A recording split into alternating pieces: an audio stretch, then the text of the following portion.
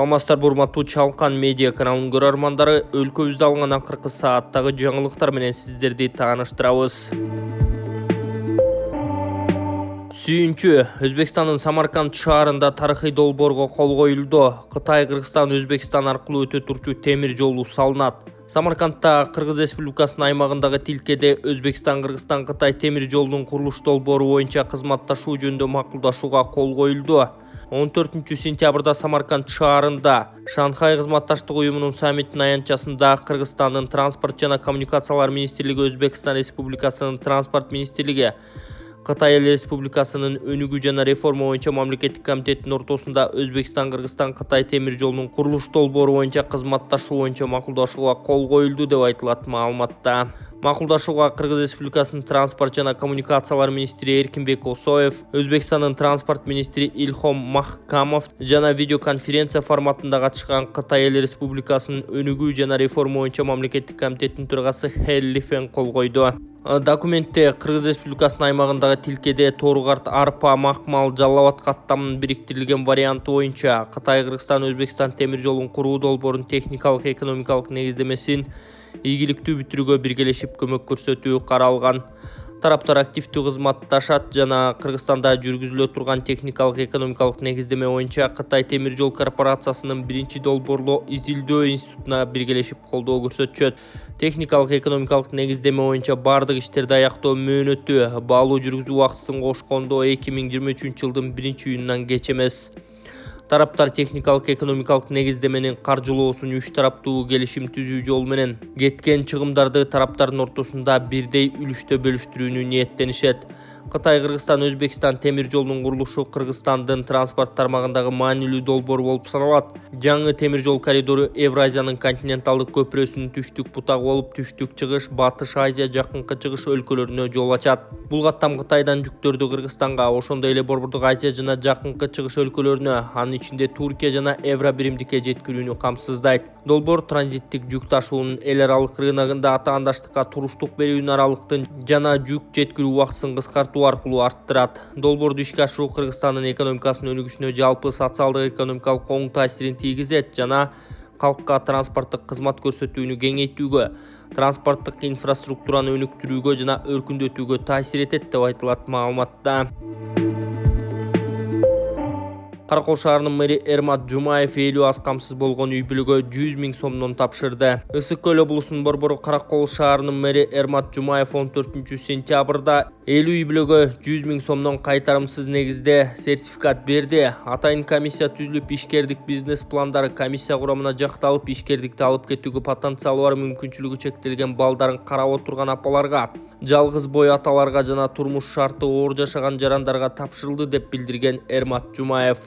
Ал кошумчалагандай, социалдык контрактынын катышуучулары алынган каражаттарды мал чарбачылыгы, кол өнөрчүлүк, тигүүчүлүк машиналарды алуу сыяктуу багыттарда бизнести баштоого пайдаланууга ниеттенишүүдө. Каражат аз камсыз болгон үй бүлөлөргө чакан бизнес ачууга каралат жана 1 жыл бою шаардык эмгек, социалдык камсыздоо жана миграция башкармалыгынын кызматкерлери тарабынан коштоо болуп, мониторинг жүргүзүлүп, акча каражатын максаттуу пайдалануу боюнча тренингдер, окуулар өткөрүлүп турмакчы. Президентибиз Садыр Жапаровго, министрлер кабинетинин төрагасы Акылбек Жапаровго өзүмдүн атымдан жана Каракол шаарынын тургундарынын атынан терең ыраазычылык билдирем. Ишеничтемин, сертификат алган мекендештерибиз келечекте кичи жана орто бизнестин өкүлдөрүнө кошулуп, өлкөбүздүн экономикасына чоң салым кошот деп жазган өз Facebook баракчасына Каракол шаарынын мэри Эрмат Жумаев. Кыргыз Республикасынын президенти Садыр Жапаров 14 сентябрда Өзбекстан Республикасынын биринчи президенти Ислам Каримовдун элесин эскерди. Садыр Жапаров Самарканд шаарына Шанхай кызматташтык уюмуна мүчө мамлекеттердин башчыларынын кеңешинин 22 жыйынына катышуу үчүн келип, Ислам Каримовдун күмбөзү жайгашкан Хазрати Хизр комплексине барды. Мамлекет башчысы Өзбекстандын биринчи президентинин мүрзөсүнө гүл коюп Куран окуду. Хазрат Хизр мечити ЮНЕСКОнун бүткүл дүйнөлүк мурастар тизмесине киргизилген. Самаркандтагы уникалдуу байыркы эстелик болуп саналат. 2016 жылы мечиттин жанына Ислам Каримовдун сөөгү коюлган. Депутат Акылбек Түмөнбаев министрлерге наразылыгын билдирип ачууланды. Номер 35 Ак Суу бир мандаттуу шайлоо округунан эл өкүлү болуп шайланган парламенттеги элдик топ фракциясынын лидери Акылбек Түмөнбаев Жогорку Кеңеште министрлердин парламентке келбей жатканын айтып наразылыгын билдирген. Эл өкүлүнүн айтымында министрлер Жогорку Кеңешке кызматка беки турган маалда көздөрүн жалдыратып келип, кызматка бекип алгандан кийин жоголуп кетип жатканына ачууланган. Акылбек Түмөнбаевдин айтымында министрлер Жогорку Кеңешке келип, эл өкүлдөрүнүн айткан сөздөрүн угуп, маселелерди чечип турушу керек. Анткени эл өкүлдөрү 20 000, 10 000 деген элдин колдоосун таап, парламентке эл өкүлү болуп шайланышкан. Эми урматтуу депутаттар, мына жанатан бери өзүңүздөр айтып өттүңүздөр, бизге министрлер келбейт. Эмнеге келбейт? Ушу Жогорку Кеңешке чакырганда, комитетке, фракцияга чакырганда обязательно премьер-министр, кабинет министринин төрагасы, же президент, же выезд менен Москвага же бир жака за границага кетет. Бүгүнкү күндө эле ошол замдары келсе, доклад кылып, угуп, суроолорубузду берип, замдары эч кандай жоопкерчилик албай, министрлер болсо жоопкерчиликтен качып, Жогорку Кеңешке келбей, мына бүгүнкү күнкүдөй болуп отурабыз. Министр болордун астында ошо шайланып атканда келип, баягы жакшы сөзүн айтып, көзүн жылтыратып, жылмаңдап кетет дагы министр болгондон кийин көшөгөнүн артында да.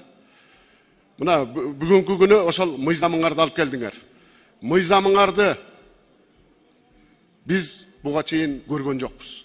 Ар бирибизге депутаттарга таратып берип, ошол мыйзам боюнча ар бирибиз, ар бир депутат элдин астында сөзүн берип, ошол мыйзамды оңдойбуз.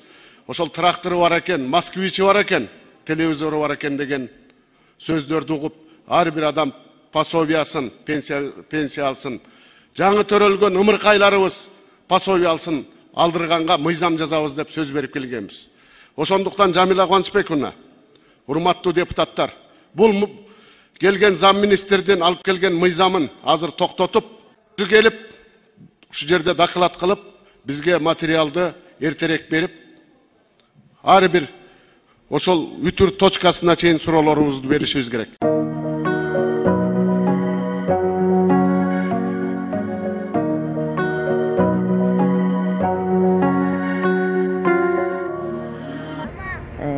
Ислам кооперативи аркылуу чоң тамга ээ болдук. Баштапкы төлөмүн төлөп коюп, күтүп, бат эле өтүп кетти. Бүгүн ушу документтерди оформить этип, колубузга алып, аябай сүйүнүп отурабыз. Ушул Ислам кооперативине чоң ыраазычылык билдиребиз. Биз өзүбүз каалагандай чоң там алдык.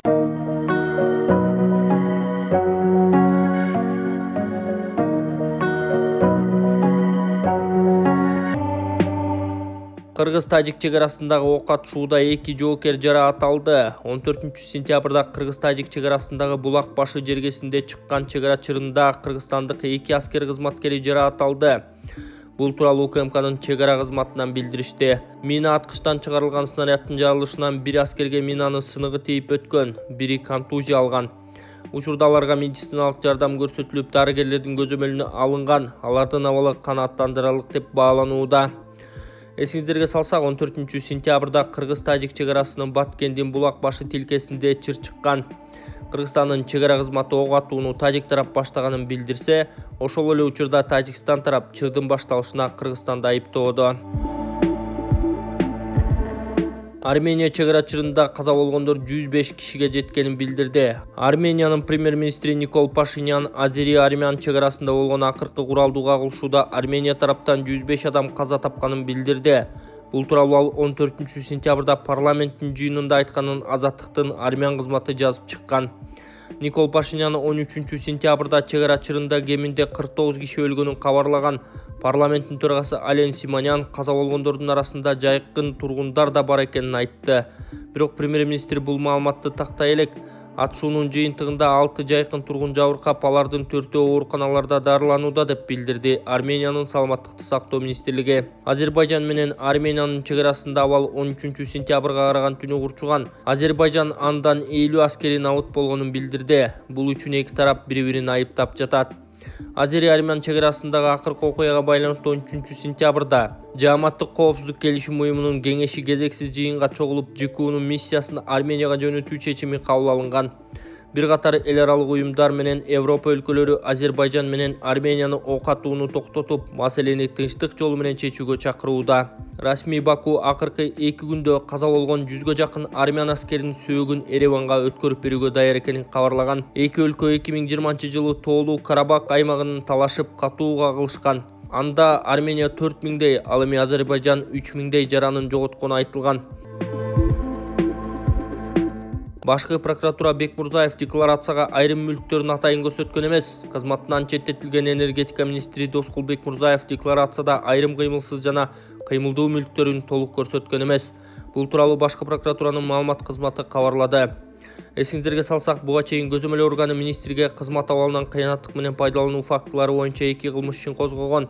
Өз кезегинде министр энергосекторго киргизген тартиби баарына жакпай калганын айткан. Ал эми 14-сентябрда башкы прокуратура энергетика министрлигинин жана анын түзүмдүк бөлүмдөрүнүн айрым кызмат адамдары тарабынан жасалган кылмыштардын негизинде 32 кылмыш иши козголуп, келтирилген зыяндын жалпы суммасы 889 миллион 54 миң сом 197 сомду түзгөнүн билдирген. Башкы прокуратуранын дагы бир маалыматында энергетика министрлигинин борбордук аппаратынын Улуттук энерго холдинг, Кыргыз жылуулук энерго ишканаларынын кызматкерлерине эмгек акыларга кошумча үстөктөр, иш сапар чыгымдары мыйзамсыз төлөнгөндүгү айтылып, отун ресурстарын сатып алуулар жана башка фактылар боюнча 11 кылмыш иши козголгону жазылган. Министрлер кабинетинин төрагасы Акылбек Жапаровдун намына энергетика системасындагы коррупцияга каршы мыйзамдардын сакталбагандыгы, жарандардын кайрылууларын кароо тартиби, кирешелерди декларациялоо мыйзамдарынын бузулушу аныкталып, тиешелүү кызматкерлердин жоопкерчилигин кароо тууралуу сунуш киргизилген деп жазылат маалыматта. Көзөмөл орган Бекмурзаев салык кодексин жана мыйзамдарды бузуп, 2022-жылы ага жана анын жакын туугандарына таандык болгон кирешелер, чыгашалар, мүлк жана милдеттенмелер боюнча декларация тапшырбаганын белгилеген. Ошондой эле министр 2021-жылы мамлекеттик салык кызматына тапшырган декларациясында айрым кыймылсыз жана кыймылдуу мүлктөрүн толук көрсөткөн эмес. Доскул Бекмурзаев президенттин жарлыгы менен энергетика министри кызматынан тергөө бүткөнгө чейин четтетилди.